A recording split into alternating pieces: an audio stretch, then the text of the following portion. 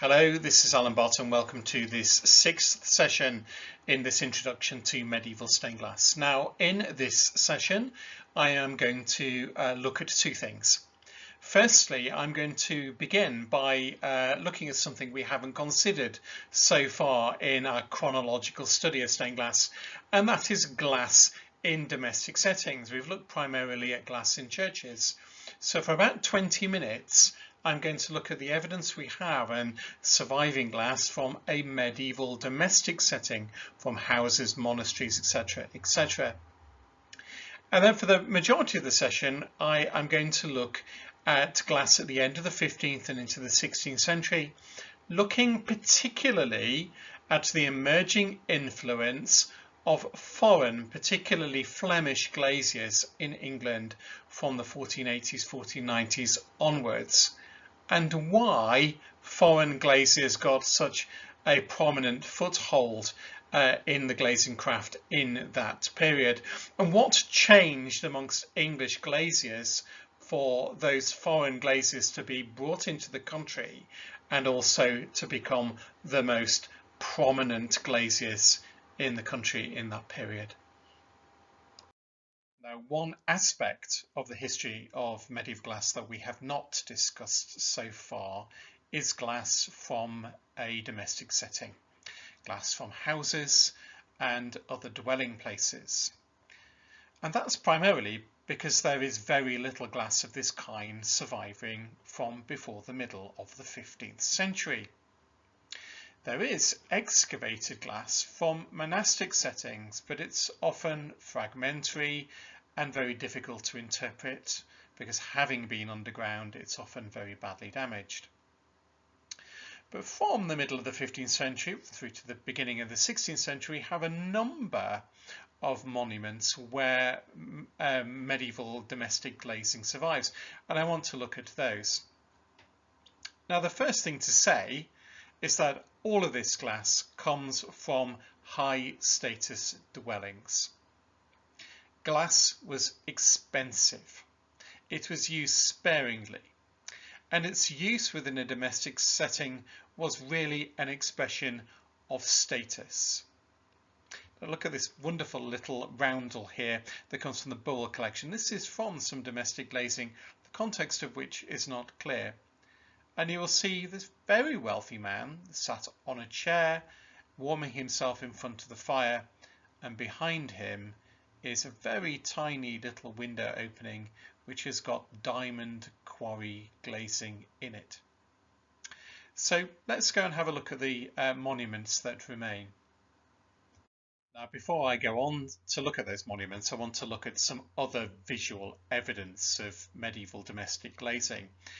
And in this case, from Netherlandish paintings of the 15th and early 16th century. And I've got two examples here that show typical domestic glazing of the late 15th, early 16th century. Now, firstly, this painting that's in the National Gallery in London, it's of an Annunciation of Gabriel to the Blessed Virgin Mary.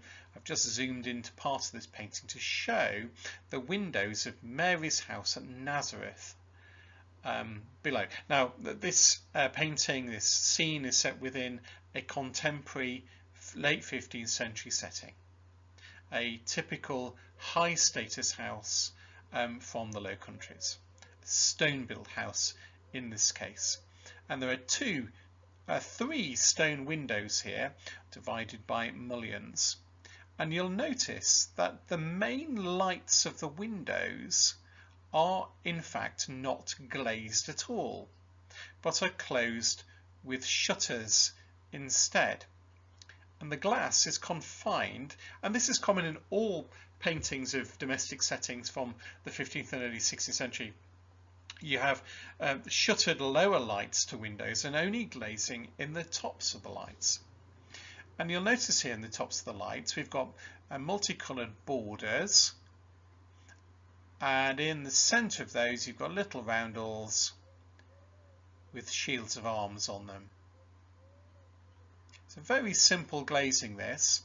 You know, a background of diamond shaped white quarries, and then superimposed roundels with shields of arms and a simple decorative coloured border. The second bit of evidence is from this painting of the Annunciation by Youth van Cleve, which dates from 1525. Again, the Annunciation is set in a high status, a wealthy person's house, with wonderful furnishings, beautiful canopy bed, lovely chandelier. There's a little triptych for the personal devotions. But notice the windows again. It's early 16th century. They are still, the main lights are still shuttered here, and glass in this domestic setting is confined to the tops of the windows. And here, the top of the windows, the lights are filled very similarly to the previous painting, with glazed quarries, diamond-shaped quarries in white glass, with multicoloured borders around the edge, and in the centre, roundels. Figurative roundels with narrative scenes upon them. Now, we can't really tell what those narrative scenes are in this painting, and probably episodes from the life of Christ or something similar. And it's these two types of glazing that we see commonly in a domestic setting in England. Lights filled with white glass quarries, and superimposed upon them either armorial bearings, shields of arms, or roundels, figurative roundels with narrative scenes in them. So let's have a look at a few examples. Now, the first location I want to take you to is in Derbyshire and is Norbury Manor. Now, we saw Norbury Church in the last session with its wonderful late 14th century chancel and glazing in the decorated style. Well, that chancel was paid for by the Fitzgerald family, and right next door to the church was their manor house. Now, the manor house of Norbury was completely, almost entirely rebuilt at the end of the 15th century by two generations of the family, Ralph Fitzherbert and his son John. Now, John was a farming expert who wrote a treatise called the Book of Husbandry, and we'll look at that just in a moment. Now, the reconstruction of the house by Ralph and John involved the creation of a very lavish set of apartments. A brand new hall as the main space of the building, and a new solar or great chamber, a sort of family living room for the Fitzherberts, and both were filled with glass. Now, the hall of the church, and we know this from antiquarian sources, had over 50 panels of armorials, so coats of arms, and these were all of the family of Ralph and John Fitzherbert and of their associates. So when you came into the hall, the main entertaining and domestic space of this house, you were faced with a whole series of windows which laid out for you just how well connected and on the up the Fitzherbert family were. 52 of these panels. Sadly, of these 52, only 4 survive, because the house was rebuilt at the end of the 17th century, and a lot of that glass was lost. The late 15th century hall was lost too, and only 4 of those armorial panels were removed from that hall and reincorporated into the glazing of the new entrance hall of this 17th century house. And here are 2 of them. Now, the one on the left hand side is the coat of arms of a man called Richard Lister of Rowston. His name is on this little scroll around the armorial, who married Agnes, the daughter of Ralph Fitzherbert. So this panel commemorates their union, and the little inscription says that this is the arms of Richard Lister of Rowston and his wife Agnes, daughter of Ralph Fitzherbert. So there are quite a lot of armorials that were like that, where the coats of arms of the children of Ralph Fitzherbert and showing their connection to the great families of the Midlands. But some of them are of the family's associates rather than their relatives, people they did business with, people who were high status that they wanted to demonstrate that they were associated to. And the one on the right hand side, the panel on the right hand side, is precisely that. It's the coat of arms of a prominent Derbyshire family, the Knighton family, the near neighbours of the Fitzherberts, lived about 5 or 6 miles away, and it's the coat of arms of John Knighton impaling that of his wife Joan Montgomery. So that's really interesting. So the hall, through the glass, the hall became a place where the Fitzherberts displayed their connections, which is really very interesting indeed. Now, the glazing of the solar of Norbury Manor was very different to that of the more public space of the hall. It's much more intimate and reflected the interests of John Fitzherbert. Now, I mentioned that he wrote a book the beginning of the 16th, end of the 15th, the beginning of the 16th century, called the Book of Husbandry. It was a guide to farmers on how to undertake their work and to work with the seasons of the year. A really interesting book. It was very popular in the 16th century, flying off the printing presses of London. And the glass of John Fitzherbert's private living room reflects that interest.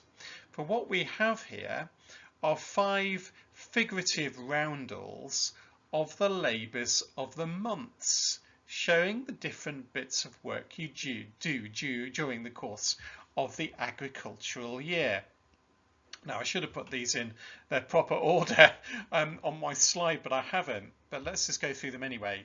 So there is January, and there's a man having a drink sitting in front of the fire. The husbandman, the farmer, does very little in January except that. Most of January is taken up with the Christmas celebrations, and it's a cold month and there's very little to do. So there he is in January, enjoying a drink in front of the fire. February, we see a man here with a metal-edged spade, digging his fields, preparing for the planting of his crops. In March, we see a man pruning trees, probably fruit trees. Now, April is missing. Then we go on to May. It's a fruitful month, the month of falconing. So we've got a man falconing here. And then we have June, and we have a man weeding in a field full of grain. So these roundels within John Fitzherbert's private spaces solar reflect his interests in husbandry through these labours of the month. Then we have this incredible survival in Leicester. This is Roger Wigston's house, 12 Applegate, which dates from 1490. Roger Wigston was the wealthiest man in Leicester at the end of the 15th century and was a wool merchant. What survives of his house is the main block. This here, this timber framed structure, with his hall, his main public space on the ground floor, and his solar on his chambers on the upper floor. All this dates from around 1490. Now, this building is a restaurant now, and Roger Wigston's hall is now the bar of the restaurant, and you go and eat up in the solar and chambers above. And because it's been converted and was in quite a bad state through much of the 20th century, the glazing from the house has been removed and is now in the Jewellery Museum in Leicester, close by. Now, the glazing survives from the hall. The glazing of all these windows here survives in pretty good condition in many cases, with figurative roundels all the way through. So let's have a look at them.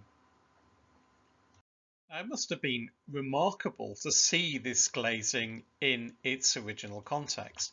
Every one of those narrow windows on that front of the hall were glazed solid with medieval glass, no shutters here, so it really would have been quite a display.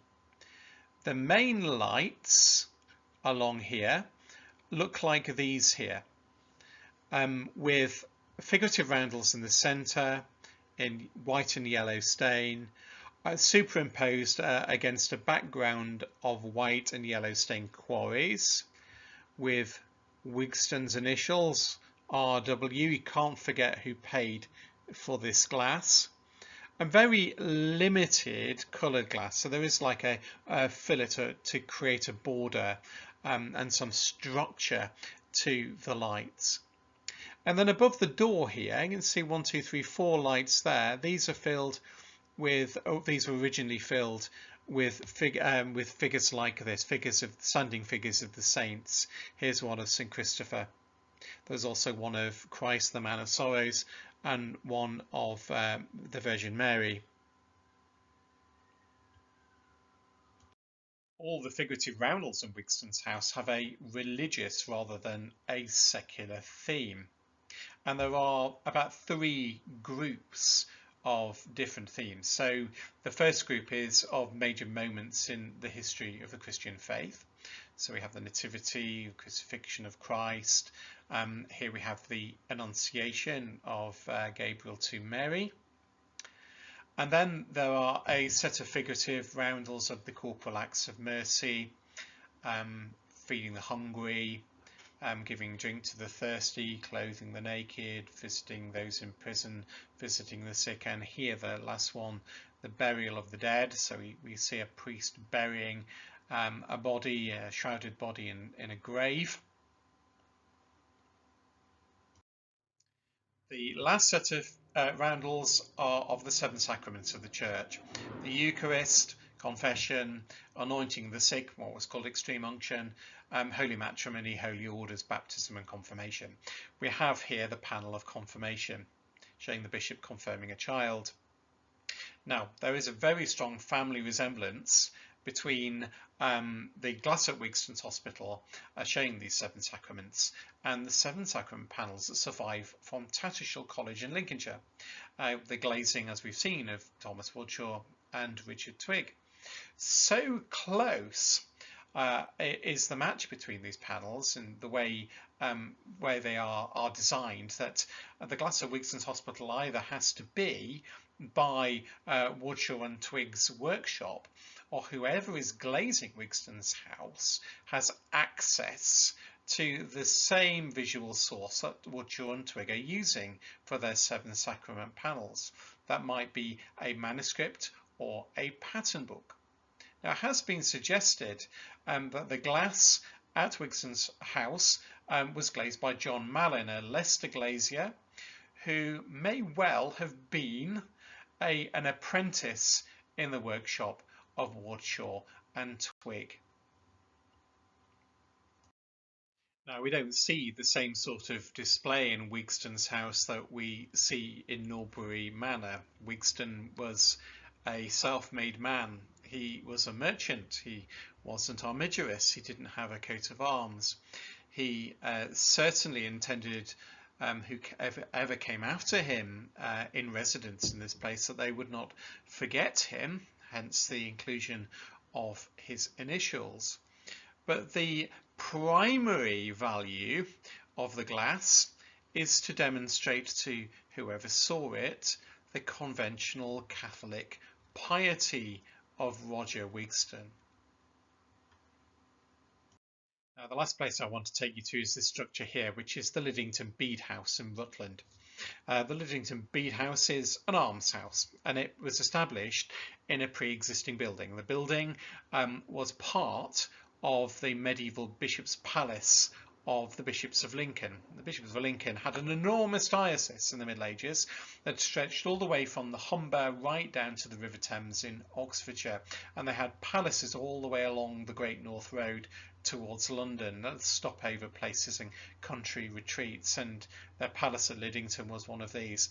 But this particular palace was the favourite of William Smith, who was a Bishop of Lincoln between 1496 and 1514. and he rebuilt the solar wing, the private apartments of the bishop, and that's what we're seeing here. So in this slide, what you are seeing is the great chamber, so the main living room of Bishop Smith, where he would have held audiences and done his work. A great space, a wonderful original timber ceiling and an oriel window, and this has most of the glazing that Smith put in. It's mostly white quarry glazing with yellow stain, bits of red and blue glass for the borders, and it's fairly standardized stuff. So you've got inscriptions with Smith's name on it. You have got Tudor roses showing his political allegiance to the Tudor regime at the end of the 1490s. You have his initials and you have his armorials. You can just see roughly that coloured glass in all of these windows along in the great chamber. So that's the great chamber, and this is Bishop Smith's private chamber. This is his inner sanctum. This is the place where he would have slept and would have said his devotions to. And again, very similar to the great chamber next door, wonderful original ceiling and glass in the window here, which would have faced his bed effectively. And a lot of the original glass survives in that window. This is what Bishop Smith and his successors would have seen when they woke up first thing in the morning. Smith would have been face to face with his own image kneeling at prayer before a lost image of a saint, or perhaps the Holy Trinity. So he would have seen himself at prayer, and no doubt there would have been, in a sense, an aid memoir to get to his devotions as soon as he rose, as well as a reminder to his successors of who paid for the magnificence of this building, and a reminder to them to pray for his soul.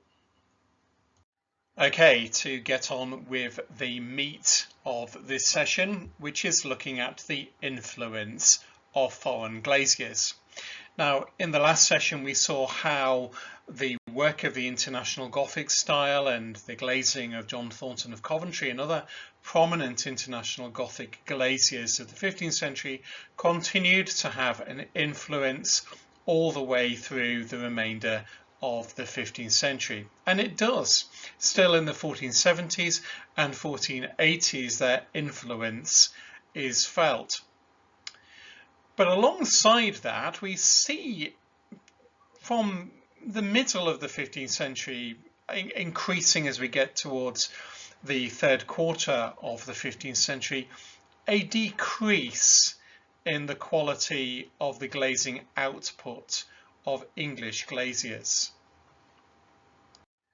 What we see occurring in the last years of the 15th century with English glaziers is an imprecision in their work and a sort of increased sloppiness to it, poor draftsmanship. We see less stippling, more dominance of line and facial features again. We see imprecise firing, so imprecise firing temperatures, which result in both paint loss on glass, but also in a variable quality to the application of yellow stain. We see sloppily applied yellow stain. Now, a great example here from the east window of Holy Trinity Goodham Gate Church in York, a window of the 1470s. And we can see here the very imprecise application of yellow stain on this figure of St. John the Evangelist. This is Mary Salome and her husband Salome holding St. John the Evangelist. But you can see the sloppy application of the yellow stain there. And across this window there are varying hues of yellow stain. In many cases they've been over-fired. So rather than having the lovely lemon yellows we have at the beginning of the 15th century as delicate tones, we now have thick dark oranges appearing in yellow stain that's blotchily applied. But notice here too the beginnings of a dependence on line, particularly for drapery. Drapery folds are delineated with thick line with very little stippling. The same with facial features. It's just a sort of increased sloppiness in execution as we get to this period. I think that increased sloppiness is shown beautifully in these three panels from York of the same subject matter. The window panel on the left hand side is from All Saints North Street and shows St Christopher. This dates from the 1430s.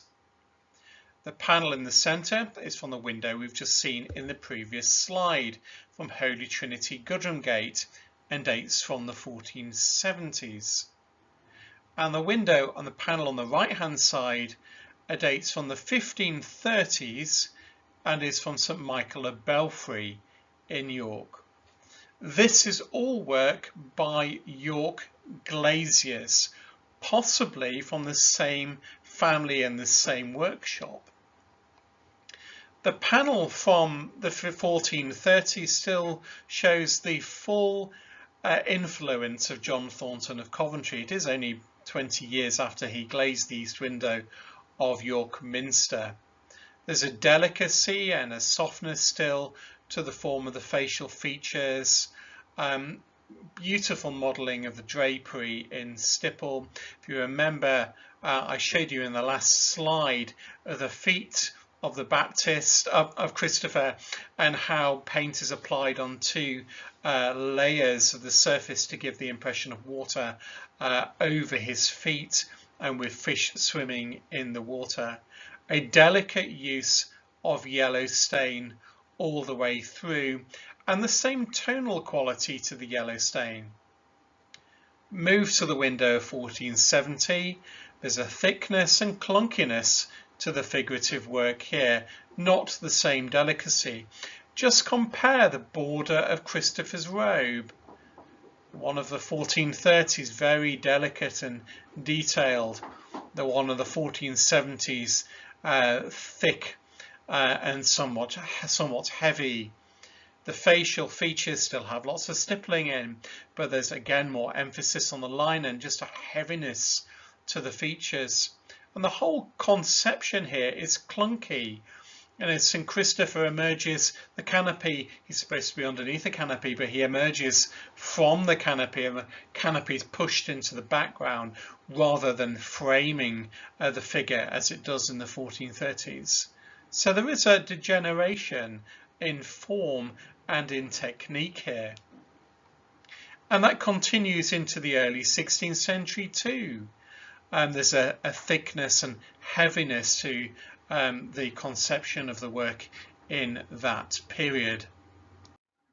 Here comparing those 2 feet from 1420, 1430 and 1470 with that delicate painting on 2 sides of the glass by 1470, they're not trying to attempt that technique at all.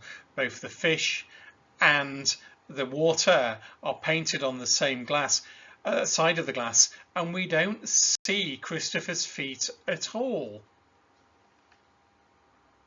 These heads date from the 1480s and are from Holbein by Newick in Nottinghamshire.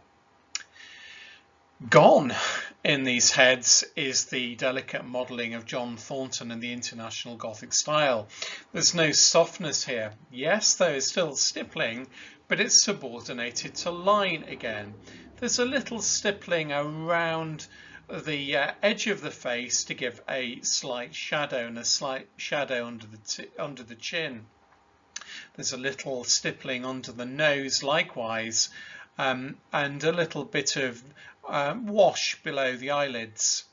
But predominantly the facial features here are marked out in line.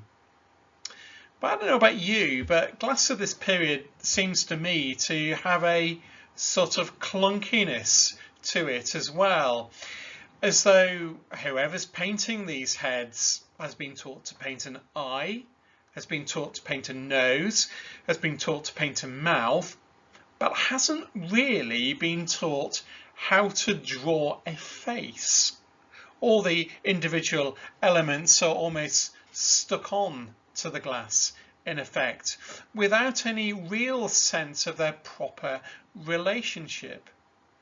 So something strange is really going on in this period.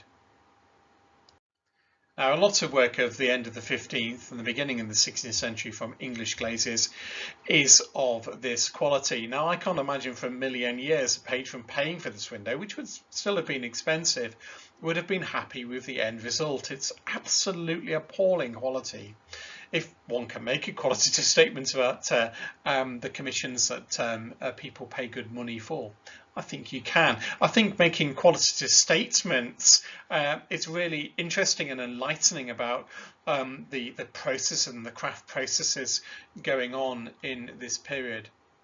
But two things to say about this panel here. A, it's really very badly painted, and B, it's very, very badly fired. So A, looking at the bad painting, it's very, very linear indeed. Again, everything I said about the previous heads at Home by Newark you can apply here. There's a linearity, there's a sense that the facial features do not relate well to one another. But there's just a slapdash quality to this work here. Yeah, there's stippling, but it's applied almost randomly to the neck and as a base to the hair and the beard. The beard is detailed in just very thick strokes of the brush. The hair, which you see on the side here, is stippled, and then there is stick work to reserve paint away, and then line is applied too. A little bit of stippling to the side of the face, but it's all very rough and ready. And B is the firing, and a lot of glass of this period is in really, really poor condition because it seems that glaziers lost the art of firing their glass with any precision. So a lot of glass from the end of the 15th century has extensive pigment loss to it, as this head does, with areas where the pigment has flaked away from the surface of the paint entirely, and that's entirely down to the control of the temperature of the kiln when firing takes place. They somehow seem to lose that art. Now, all of those things really does beg the question, what is going on here with the English glazier's craft of this period? We have a great flowering of creativity at the beginning of the 15th century, but it just drops off really quickly. Why are they producing such poor quality work at the end of the 15th century? Is it because they have lost their skill set? Or is it that they just want to produce work on the cheap and they're conning patrons? It's a very interesting question. We don't have any precise answer to it. But what is also clear is it's not just glass painting that suffers here, it's also other media too. Take panel painting. So if you go to Norfolk, there are lots of wonderful rood screen paintings from the 15th century. At the beginning of the 15th century, they are very much influenced by the International Gothic style. But by the time you get to the end of the 15th and the beginning of the 16th century, their work is as poor quality as the work of glass. Now, it's possible it's the same people producing both these works of art, so they drop off for a similar reason.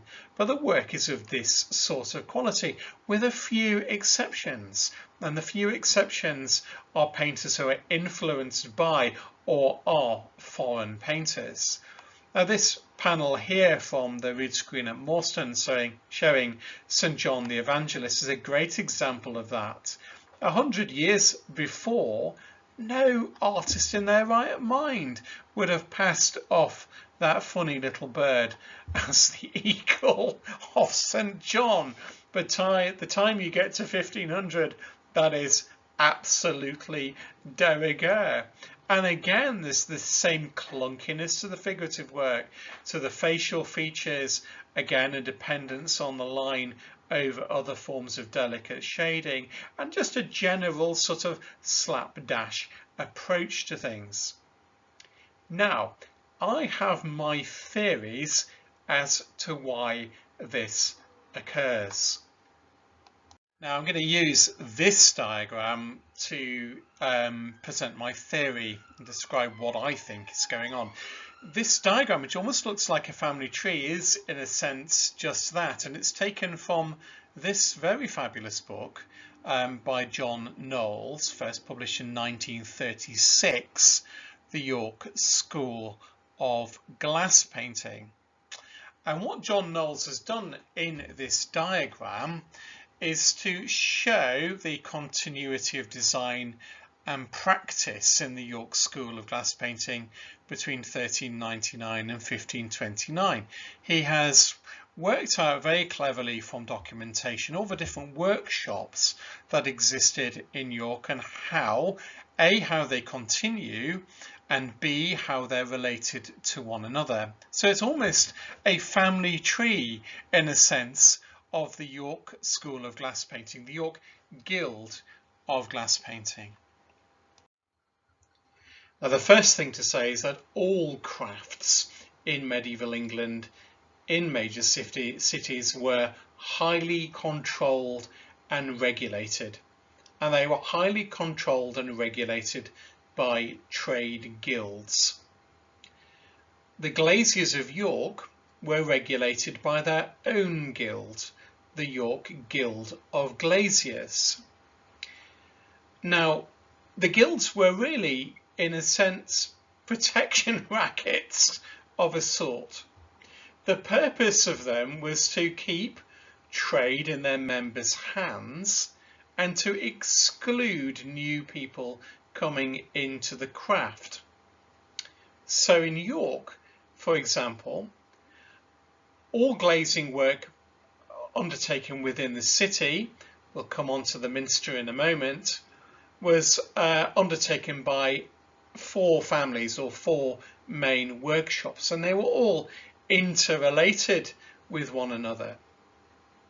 The main workshops were those of the Chamber family, the Petty family, the Preston family, and the English family. And they had the monopoly really on all glazing within York. Because there was a finite amount of work, even though lots of glass was being produced, they also controlled too, through the guild, who could become a member of that craft guild.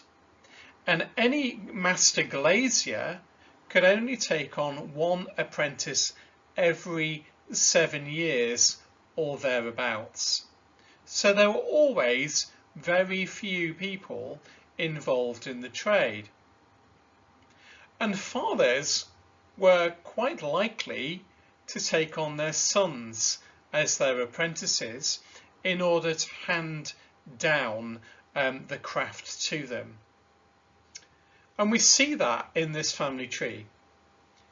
So for example, on the left hand side for a minute, we see John Chamber the Elder.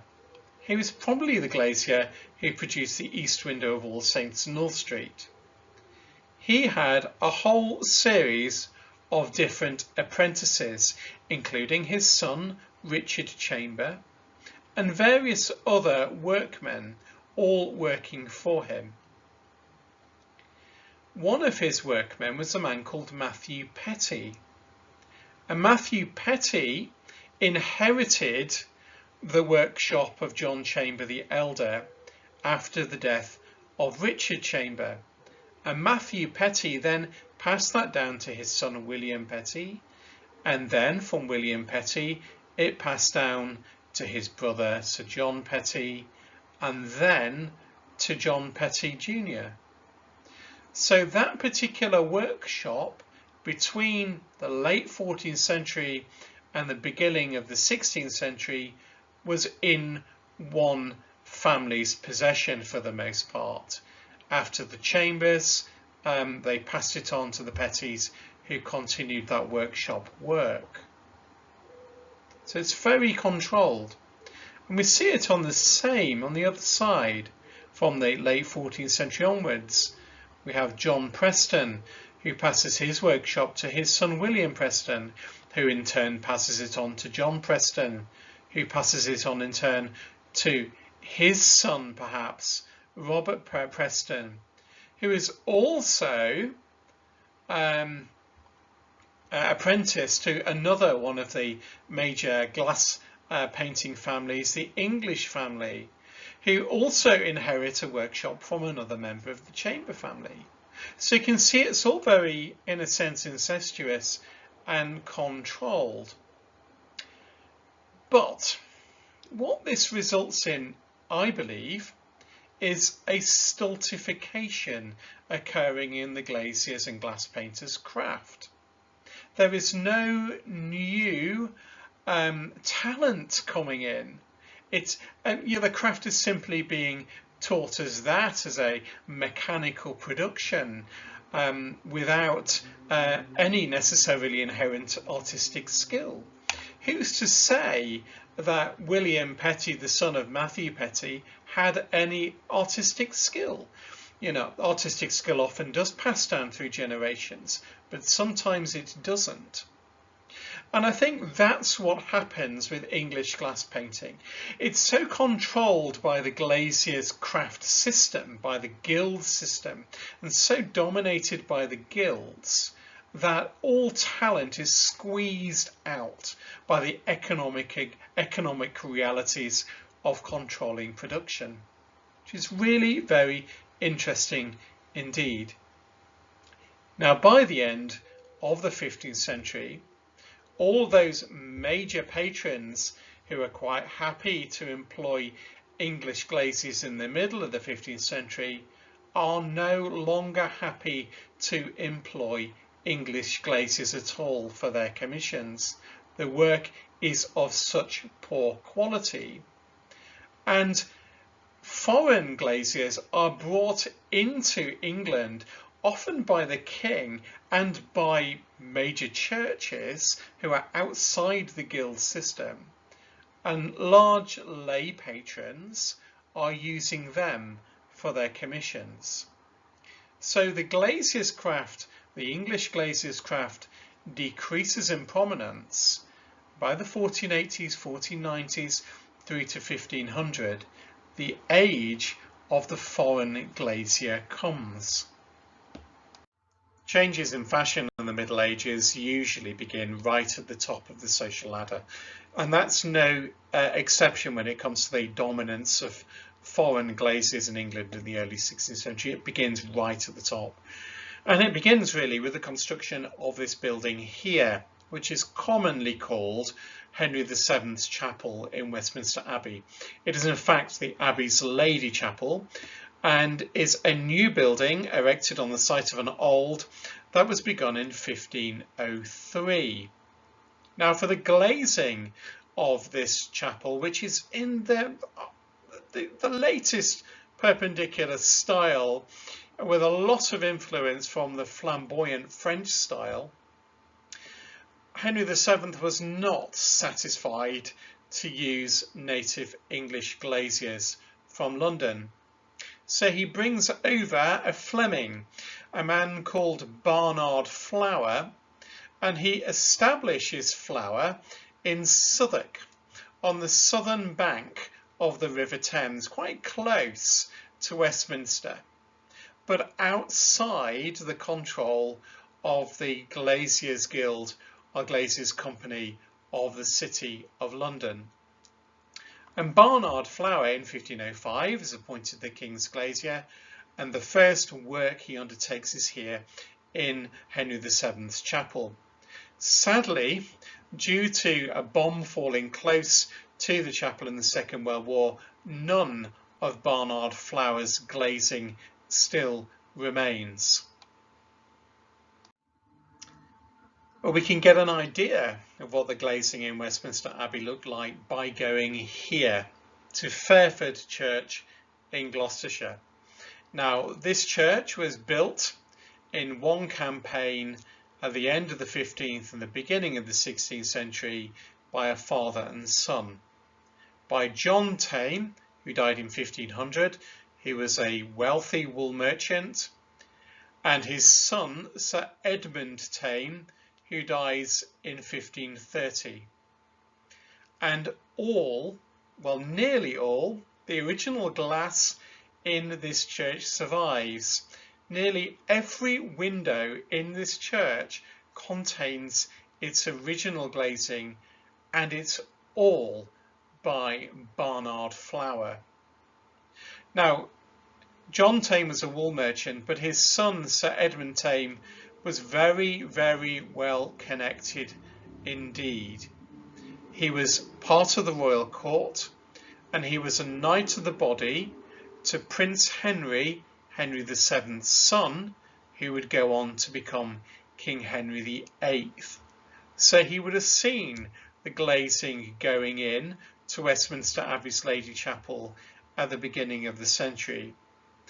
And when it comes to the glazing of his church, his family church back on his estate in Gloucestershire, he chooses the royal glazier Barnard Flower to undertake that work. Now, the work of Barnard Flower at Fairford is innovative in a number of respects, but particularly compositionally. It has a painterly manner to it. So, for example, take the east window behind the high altar in Fairford Church. This is it.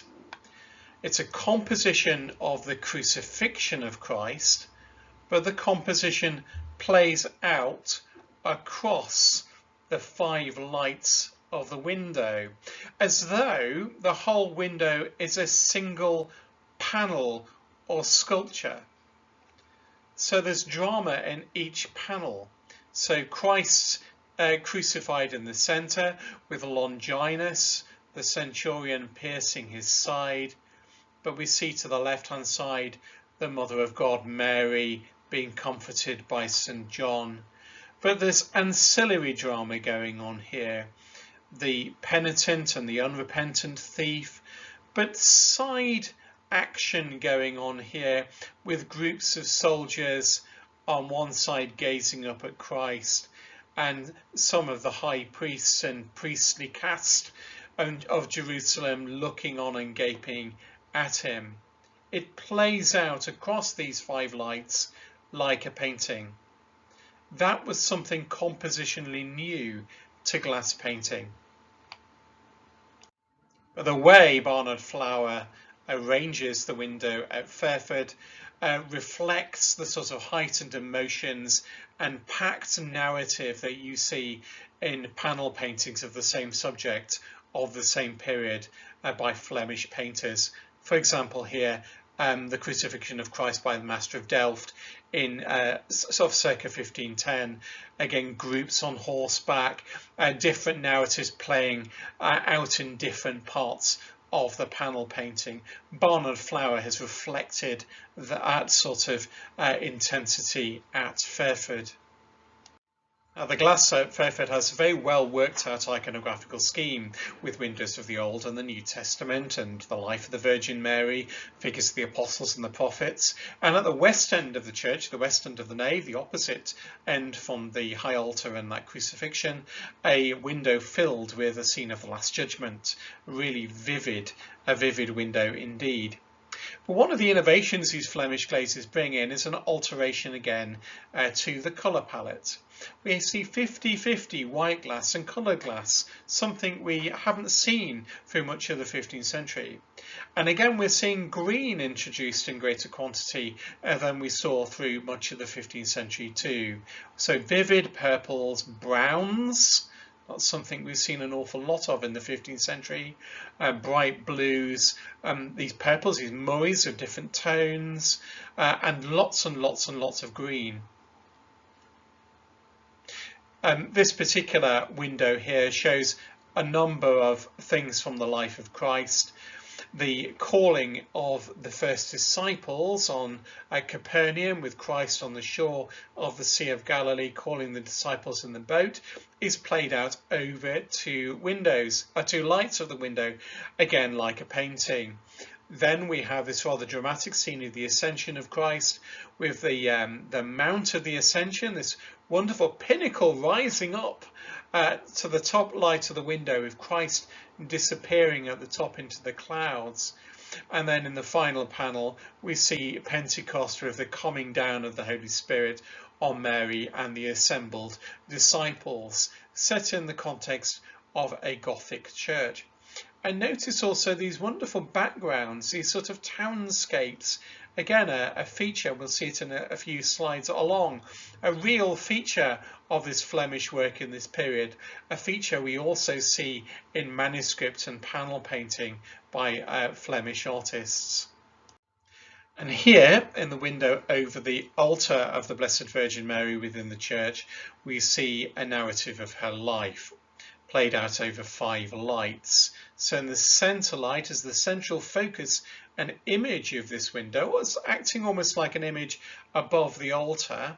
The focal point is an image of the Assumption of the Blessed Virgin Mary. She is being lifted up into heaven, with a very reduced colour palette here, which emphasises that figure with blues and red purples and lots of white glass. And then on the left hand side here, 2 panels and 1 narrative, with lots of green here of different hues. We see the Nativity with the Virgin Mary and the Christ child and Joseph, but it's also the flight into Egypt, their escape from Herod.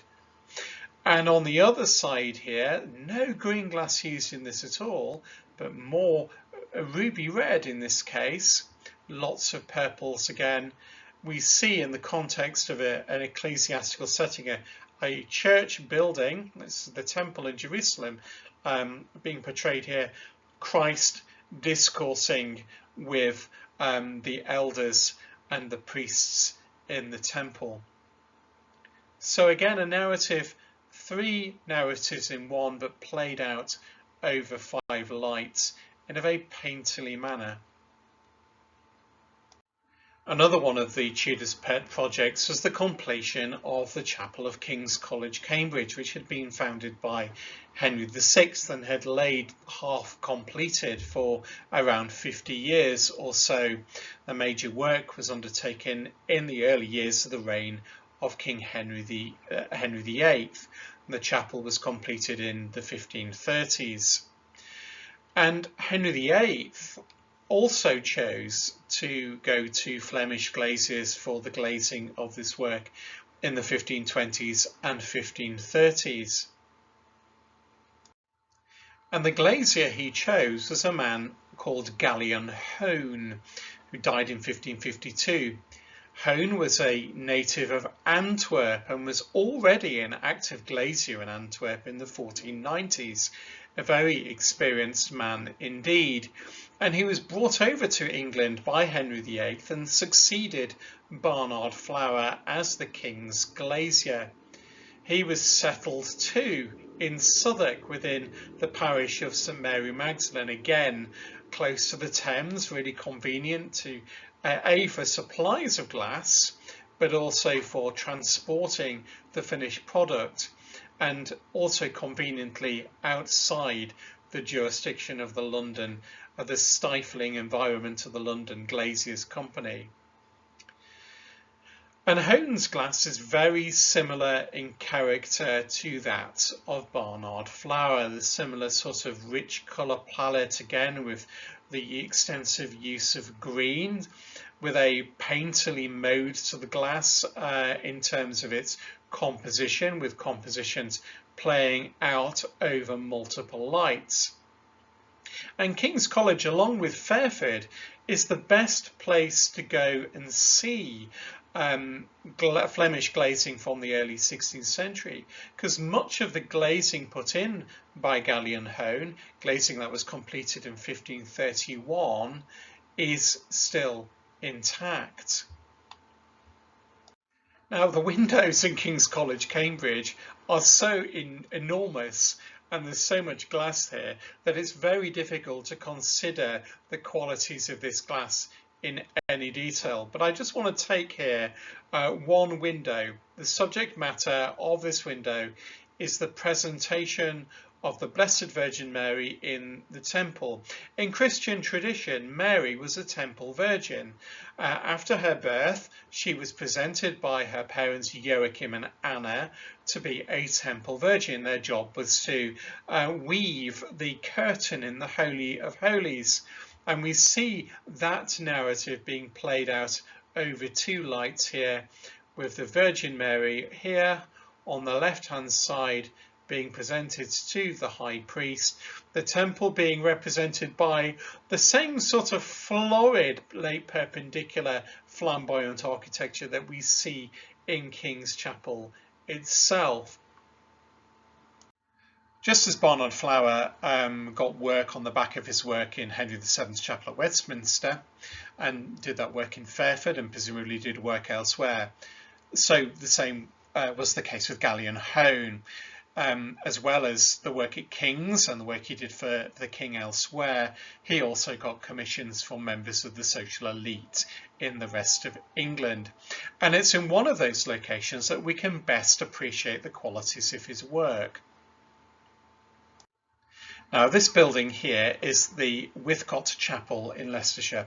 Though it's been Georgianised, this building dates from the 1530s and was the private chapel of the house of a man called Roger Ratcliffe, who is a prominent member of the household of Queen Catherine of Aragon, the first wife of King Henry VIII. And this chapel contains its original glazing by Gallion Hone. Now, at Withcart, you can get up and close and personal with the glass in a way that you can't at King's College, and you can appreciate Gallion Hone's mastery of his craft. At Withcart, there are a series of figures of the apostles, and with prophets rather, so a typological sequence. I've got a video on my YouTube channel all about typology and the Apostles' Creed, and that's precisely what we have here. The figures of prophets that we see here in these three lights are all in classical dress.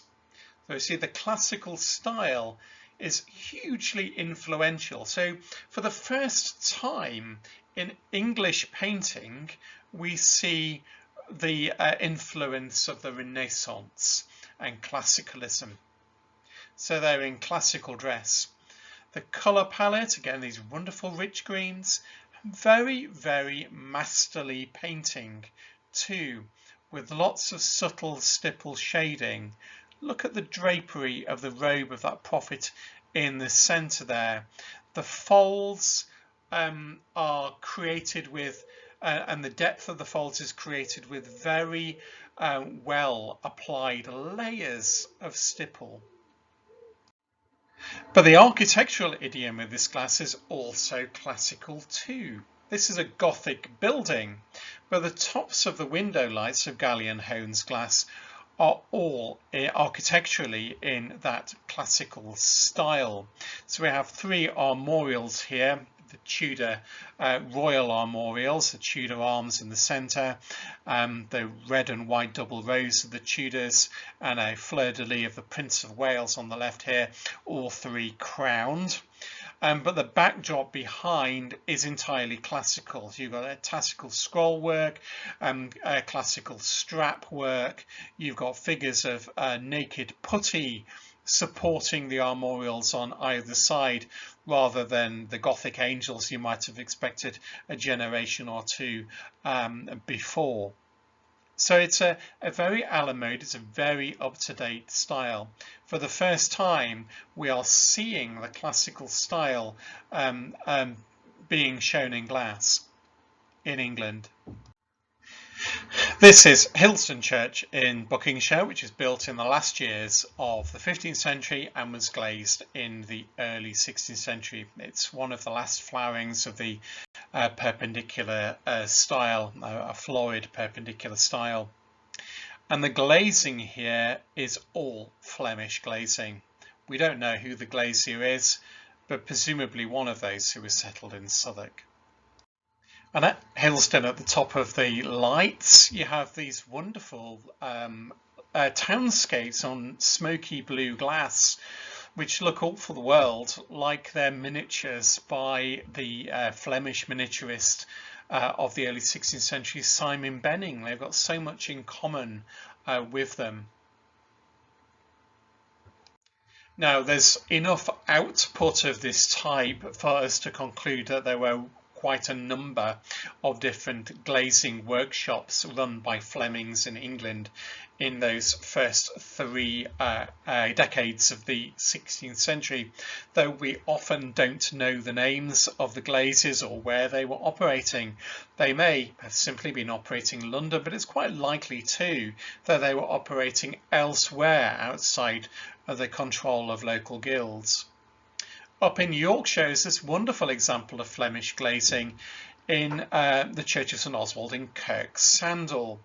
The glazing is part of the glazing of a mortuary chapel that was erected to house the tomb of Bishop William Rokeby, who was the rector of Kirksandall and was also Archbishop of Dublin and Lord Chancellor of Ireland. He died in 1521. As Archbishop and as a royal servant who spent much of his time at the English royal court, he could afford the best, and the best he got for his mortuary chapel. But the glass here is also in a Gothic idiom. It's not classical architecturally. The figures of the saints, St Paul, St Catherine, St Margaret, are set under flamboyant Gothic canopies.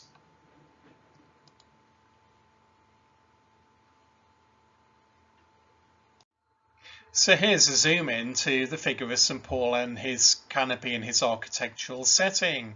So you can see very much in the Gothic idiom. We're almost going back to the flamboyance of the 14th century decorator style with this, with lots of pinnacles, lots of crockets and ogis, etc. over the top of him. So these Flemish glazers were able to incorporate, they were skillful enough to be able to incorporate fairly quickly into their existing idiom the architectural idiom of early 16th century England. Now, the native English glazers know that if they're going to keep up and if they're going to still have a share of the market, they need to adapt, and they do begin to adapt in the early 16th century.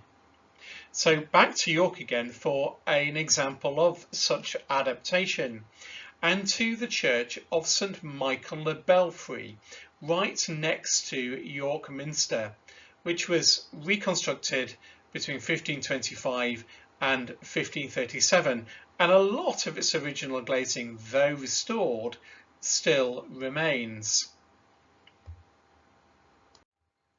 So remember that 4 generations of the Petty family who were involved in the glass painting trade in York in the 15th and early 16th century. Well, some of the glass that is influenced, that adaptive glass that's influenced by Flemish glazes is by the Petty family, including this series of panels of the life of St Thomas a Becket. You can see here all of that wonderful classical influence. Each of these scenes is under a little classical style canopy. You have the rich colouring and the heightened drama that you see in Flemish glazing of the early 16th century. You know, that rich colouring is particularly key here. You know, suddenly we're seeing these wonderful rich greens that we hadn't seen really for 100 years or so. So how do you tell that this is by an English glazier and not by a Flemish glazier? Well, I think there are a few telltales here, both in technique and style. Though this is very much in a classical idiom, with a very bright colouring, the glass painting is still very poor indeed. It still has that sort of linearity we saw at the end of the 15th century. But also the firing of the yellows is particularly poor. You know, the firing temperatures here are very variable, so you have a variety of different hues of yellow stain all the way through these windows. Again, a telltale that this is native English work, but also that Matthew Petty, Sir Matthew Petty, who was a prominent member of York Society and a glazier, was church warden at St Michael of Belfry, so you might assume that he would have some monopoly on the glazing in this space. This figure of St George and the Dragon by Petty is very a la mode. There is George shown in the latest armour of the 1530s, but though it has that rich colouring and an awareness of a change in style and fashion, it still has the same clunkiness that you get from the native English glaziers. Just look at George's facial features there. Again, there's that sort of disconnect between the different elements of that facial features that gives a sort of heaviness to them, which is indicative that this is native English work. Now, though they were adaptive to this change in fashion, both the English glaziers and also the Flemish ones were soon to receive a bit of a shock. Look at the state of this window. It's been reconstructed from fragments, and that's because England changed in the middle of the 16th century. Along came the English Reformation, and soon there was no work for English glaziers in parish churches. The work dried up. For all their adaptability, their trade in the 16th century would plummet. But that's perhaps a story for another course.